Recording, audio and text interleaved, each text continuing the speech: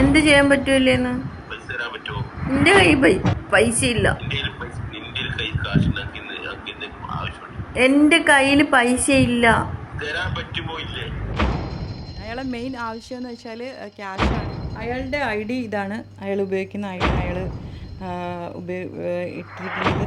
Social മീഡിയയിൽ നിരന്തരമായി അധിക്ഷേപം നേരിട്ടതിനെ തുടർന്ന് ഖത്തറിൽ നിന്ന് നിയമ പോരാട്ടത്തിനായി അജ്മാനിലെത്തിയിരിക്കുകയാണ് ഒരു പ്രവാസി വനിത. അവർ അജ്മാനിലെ ഒരു സംഘത്തിനെതിരെ കേസ് നൽകിയിരിക്കുകയാണ്. അവരുടെ കുടുംബത്തെയും അവരെയും നിരന്തരമായി ടിക്ടോക്കിലും മറ്റ് സാമൂഹിക മാധ്യമ അക്കൗണ്ടുകളിലും അധിക്ഷേപിക്കുന്ന പോസ്റ്റുകൾ ഇട്ടിരുന്ന ഒരു സംഘത്തിനെതിരെയാണ് ഇപ്പോൾ ഇവർ കേസ് കൊടുത്തിട്ടുള്ളത്. എത്ര നാളായിട്ട് തുടരുന്ന പ്രശ്നമാണിത്? ഏകദേശം ഒരു 7-8 മാസങ്ങളായി ഇയാൾ എന്നെ അതിക്രൂരമായിട്ട് എന്നെ ഇങ്ങനെ പിന്തുടർന്നുകൊണ്ടേയിരിക്കുകയാണ്, ടോർച്ചറിങ് ചെയ്തുകൊണ്ടേയിരിക്കുകയാണ്. ഞാൻ ഒരുപാട് പ്രാവശ്യം ഇഗ്നോർ ചെയ്തിട്ടും ഇദ്ദേഹം എന്നെ വിടാതെ പിന്തുടരുകയും എൻ്റെ ഫാമിലി ഫോട്ടോസ്, എൻ്റെ ഫോട്ടോസ്, എൻ്റെ ബ്രദേഴ്സിൻ്റെ ചെറിയ 1 വയസ്സുള്ള കുട്ടിയുടെ ഫോട്ടോ വരെ ഇദ്ദേഹം എടുത്ത് അദ്ദേഹത്തിൻ്റെ അക്കൗണ്ടിലും മറ്റ് പല ആൾക്കാരെ, അദ്ദേഹത്തെ ഞാൻ ബ്ലോക്ക് ചെയ്യുമ്പോൾ മറ്റ് പല അക്കൗണ്ടിലും ഇത് പോസ്റ്റ് ചെയ്ത് ഇതിങ്ങനെ ഫ്ലഡ് ചെയ്ത് ഇൻസ്റ്റാ, ഫേസ്ബുക്ക്, പോൺ സൈറ്റിൽ വരെ എൻ്റെ ഫോട്ടോസ് കൊണ്ടു ചെന്ന് 100 dirhams കോൾ മീ എന്ന് പറഞ്ഞ് എൻ്റെ നമ്പർ ഉൾപ്പെടെ ഇദ്ദേഹം ആഡ് ചെയ്ത് വളരെ മോശമായിട്ട് നാട്ടിൽ എനിക്ക് ഇറങ്ങാൻ പറ്റാത്ത ഒരവസ്ഥയിലും എൻ്റെ ഫാമിലിയിലും എൻ്റെ ബ്രദേഴ്സിൻ്റെ എല്ലാവരുടെയും വാട്സപ്പിലേക്കും ഇയാൾ അയക്കുകയും എൻ്റെ ഹസ്ബൻഡിനെയും ഇദ്ദേഹം ഇങ്ങനെ നിരന്തരം ടോർച്ചർ ചെയ്ത് അദ്ദേഹത്തിൻ്റെ ഫോട്ടോസും ഇതേപോലെ സോഷ്യൽ മീഡിയയിൽ പോസ്റ്റ് ലൈവ് ഇടുക, തെറി വിളിക്കുക, അത് തന്നെ അയാൾക്ക് സ്ഥിരം പരിപാടിയാണ്. ഇപ്പോൾ ഖത്തറിൽ നിന്ന് നിയമ നടപടി ആരംഭിക്കാൻ എന്തെങ്കിലും തടസ്സമുള്ളത് കൊണ്ടാണോ അജ്മാനിൽ വന്നിട്ട് തന്നെ അവർക്കെതിരെ പോരാട്ടം നടത്താൻ തീരുമാനിച്ചത്?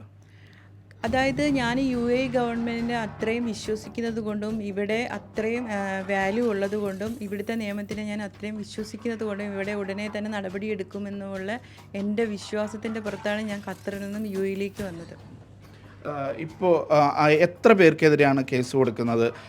അവർക്ക് നേരത്തെ മുൻപരിചയമുണ്ടോ? അവരുമായിട്ട് നേരത്തെ സംസാരിക്കുകയോ അങ്ങനെ എന്തെങ്കിലും ചെയ്തിരുന്നോ? എനിക്ക് ഒരു രീതിയിലും ഇയാളെ ഞാൻ കണ്ടിട്ടുമില്ല, എനിക്ക് ഇയാളെ അറിയുകയുമില്ല, ഒന്നുമില്ല.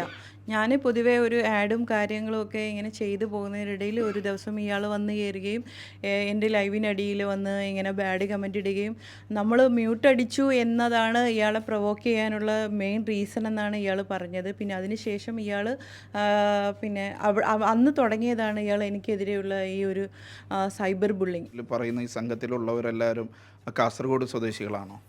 സൽമാൻ ഫൈസി എന്ന് പറയുന്ന അബ്ദുൽ നാസർ മാത്രമാണ് കാസർഗോഡ് സ്വദേശി. ഈ രണ്ടാം പ്രതി, നമ്മൾ കേസ് കൊടുത്തതിൽ രണ്ടാം പ്രതി നിയാസ് ഇബ്രാഹിം എന്ന് പറയുന്ന സ്റ്റീഫൻ ID ഉപയോഗിക്കുന്ന ആൾ തിരുവനന്തപുരംകാരനാണ്. അങ്ങനെ പല പേര്, ഒരുപാട് പേര് ഇതിൻ്റെ പിന്നിലുണ്ട്. ഈ പ്രധാന ആളുടെ ID എന്തൊക്കെയാണ്? അവർ ഏത് നാട്ടുകാരാണെന്നാണ് പറയുന്നത്?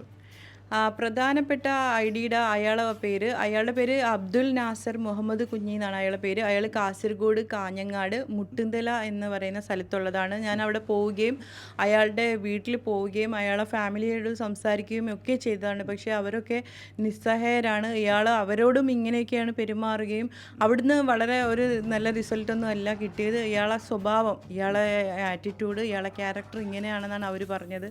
അതും ഇയാളെ ഒരുപാട് പ്രൊവോക്ക് ചെയ്തു. ഞാൻ അവരെ വീട്ടിൽ പോയത് പ്രത്യേകിച്ച് ഉദ്ദേശമൊന്നുമല്ല. വീട്ടിലെ ഉമ്മയോട് സംസാരിച്ച് കഴിഞ്ഞാൽ ചിലപ്പോൾ എന്തായാലും മാതാപിതാക്കൾ പറഞ്ഞാൽ കേൾക്കാത്ത മക്കളൊന്നും ഇല്ലല്ലോ. ആ ഒരു അടിസ്ഥാനത്തിലാണ് ഇയാളെ വീട്ടിൽ ഞാൻ പോയത്. പക്ഷേ എന്നിട്ടും ഇയാൾ ഇയാൾ ഒരു തരത്തിൽ നമ്മളുമായിട്ട് ഒരു രീതിയിലും എന്നെ വിടാൻ ഇയാൾക്ക് ഉദ്ദേശമില്ലായിരുന്നു. ഇയാൾ എന്നോട് പറഞ്ഞു 2000 dirhams തരികയാണെങ്കിൽ ഞാൻ നിങ്ങളെ ഉപദ്രവിക്കില്ല എന്ന് പറഞ്ഞു.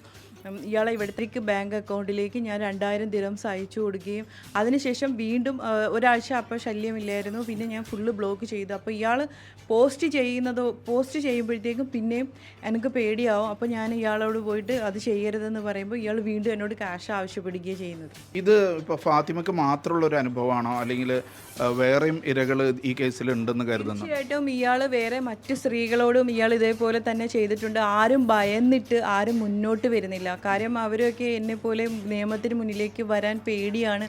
ഒരു സ്ത്രീ ഇതിന് ശക്തമായി മോശമായി ഒരു സ്ത്രീ ഇതിനെതിരെ വീഡിയോ ഇട്ട് കഴിഞ്ഞു. ഒരു കാഞ്ചന എന്ന് പറയുന്ന ഒരു സ്ത്രീ വീഡിയോ ഇട്ടു. അപ്പോൾ അവരെ ഇതേപോലെ തന്നെ ഇയാളും ഇയാളുടെ ഒരു ടീമും ഒരു കിങ് കോബ്ര എന്നൊക്കെ പറയുന്ന ഒരു ഐഡിയിലുള്ള ടീമെല്ലാം അവരെയും ഇതുപോലെ, അവർ നേഴ്സാണ് കുവൈറ്റിൽ, അവരെയും ഇതുപോലെ തന്നെ വളരെ മോശമായ രീതിയിൽ അവരെയും ഇതേപോലെ സോഷ്യൽ മീഡിയ അബ്യൂസ്മെൻറ്റ് ചെയ്തുകൊണ്ടിരിക്കുകയാണ്.